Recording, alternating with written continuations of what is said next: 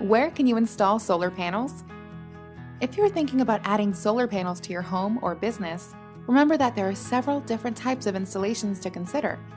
The most common place to install solar panels is on your roof. One benefit of a rooftop solar installation is that it's typically the least expensive option. Also, roofs tend to get a lot of sunshine, and your solar panels will be out of the way. But not every rooftop is right for solar, due to shading or some other factor. Fortunately, there are other options you can consider.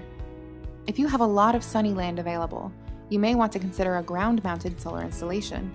These installations can set your panels at just the right direction and angle to ensure maximum electricity production, and are not restricted by the dimensions of your roof. You can also build a separate structure to host your solar panels. For example, people choose to build solar carports, gazebos, or sheds. This can be a less obtrusive option if you can't or don't want to install panels on your roof. However, you will have to factor in the additional costs of new construction. On the Energy Sage Solar Marketplace, you can easily compare quotes for rooftop, ground-mounted, and other types of solar panel installations. Energy Sage. Smarter energy decisions.